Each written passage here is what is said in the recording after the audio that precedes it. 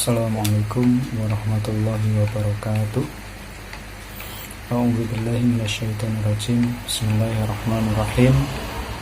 Alhamdulillahirabbil alamin. Alhamdulillahi jazakumullahu khairan.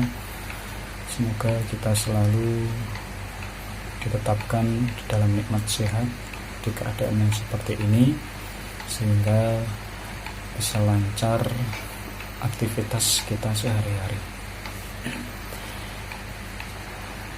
Saya dari kelompok 5. Nama saya Alfian Said Mabruro, nomor absen 5. Di sini akan saya lanjutkan berkaitan dengan umpan balik, yaitu tentang teknik untuk mendapatkan umpan balik. Ada beberapa macam teknik untuk mendapatkan umpan balik. Yang pertama yaitu memancing persepsi anak didik. Di dalam proses pembelajaran di kelas itu ada 5 bagian yang akan dilaksanakan oleh pendidik. Yang pertama adalah pembukaan, penyampaian materi inti, penilaian, penutupan, dan evaluasi. Pembukaan ini merupakan salah satu bagian terpenting dalam proses pembelajaran, karena pada dasarnya di kelas atau di seminar atau training, workshop, dan lain-lain itu keberhasilannya akan ditentukan di 10 menit pertama ketika dimulai. Ini jadi sangat penting untuk mendapatkan perhatian dari peserta didik. Banyak sekali pendidik yang tidak menggunakan apersepsi di dalam kelas. Mungkin sehabis pembukaan itu tidak ada apersepsi, jadi langsung masuk ke materi inti tanpa mengetahui peserta didik itu sudah siap untuk menerima pembelajaran atau belum.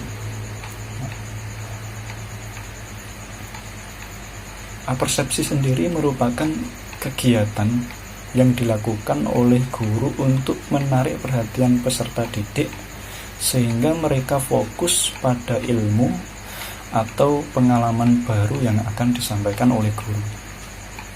Dengan melakukan apersepsi, guru dapat lebih memastikan jika peserta didik sudah siap dalam menerima pembelajaran. Untuk membawa pikirannya fokus kembali terhadap materi ajar, tentunya guru harus memiliki strategi dalam menarik perhatian. Ini ada beberapa cara. Yang pertama adalah menampilkan sebuah video yang berkaitan dengan materi. Mungkin materinya adalah pelajaran tentang sains, tentang proses perkembangbiakan. Itu ditunjukkan bagaimana prosesnya sehingga murid itu mengerti terhadap apa yang akan disampaikan oleh guru, sehingga guru atau pendidik untuk selanjutnya gampang dalam menjelaskan pelajaran tersebut. Yang kedua adalah membuat kuis singkat, mungkin tebak-tebakan, atau nanti setelah tebakan nanti dikasih reward atau hadiah, itu bisa. Kemudian yang ketiga dengan cara bernyanyi. Bernyanyi ini terbukti ampuh untuk menarik fokus kembali terhadap pembelajaran. Kemudian yang keempat adalah games atau permainan. Jadi tidak semua apersepsi itu berkaitan dengan materi pembelajaran. Pada intinya, keberhasilan apersepsi akan ditentukan oleh sejauh mana kreativitas guru dalam menarik fokus siswa, sehingga akan memuluskan proses pembelajaran sampai dengan penutupan. Dan goalnya, materi ajar dapat tersampaikan kepada siswa dengan baik dan guru akan merasakan keberhasilan kelas di akhir pembelajaran. Itu tadi adalah salah satu teknik untuk mendapatkan umpan balik, yaitu dengan apersepsi. Teknik yang kedua adalah pemanfaatan alat bantu yang acceptable, mudah diterima. Kita tahu bahwa bahan pelajaran adalah isi yang disampaikan oleh guru dalam proses pembelajaran.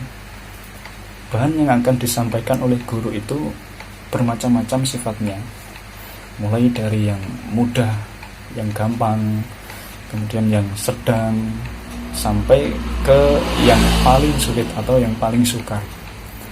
Dalam setiap kali proses pembelajaran berlangsung, ada di antara peserta didik yang kurang mampu memproses atau mengelola bahan dengan baik, sehingga pengertian pun sukar didapatkan.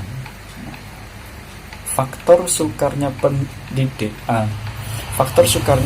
peserta didik dalam menangkap pelajaran adalah intelijensi atau pengetahuan. Peserta didik dengan intelijensi yang rendah itu akan sulit dalam menerima pelajaran yang disampaikan. Atau sebaliknya, faktor itu adalah datang dari tenaga pendidik.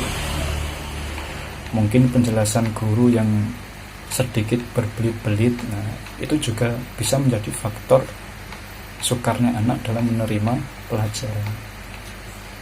Guru yang menyadari kelemahan dirinya untuk menjelaskan isi dari bahan pelajaran itu sebaiknya memanfaatkan alat bantu untuk membantu memperjelas isi dari bahan ajar.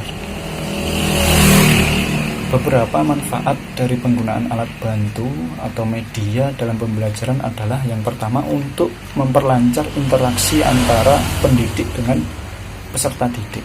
Jadi yang berbicara itu bukan hanya gurunya saja, jadi ada interaksi antara murid dan guru. Kemudian yang kedua adalah proses pembelajaran menjadi lebih baik karena peserta didik itu lebih fokus terhadap apa yang disampaikan. Karena ada media, jadi mereka lebih fokus terhadap apa yang diajarkan. Kemudian yang ketiga adalah proses belajar siswa menjadi lebih interaktif. Siswa lebih berani dalam menyampaikan pendapat, lebih berani bertanya, dan mereka secara tidak langsung, secara tidak sengaja, mereka berdiskusi dengan teman-teman sekelasnya. Kemudian yang keempat adalah meningkatkan kualitas belajar siswa. Dengan media itu menjadikan peserta didik lebih gampang mengingat, sehingga berkualitas, tidak gampang lupa. Dengan media mereka lebih tertarik sehingga lebih mengena, jadi mereka tidak gampang lupa untuk selanjutnya. Alat bantu yang acceptable dapat dimanfaatkan sebagai teknik yang jitu untuk meningkatkan perhatian peserta didik terhadap bahan pelajaran yang disampaikan oleh guru. Umpan balik pun terjadi seiring dengan perhatian peserta didik yang berkelanjutan.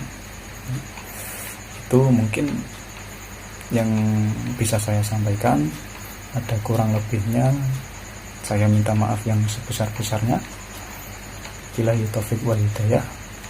Akhirul kalam, wassalamualaikum warahmatullahi wabarakatuh.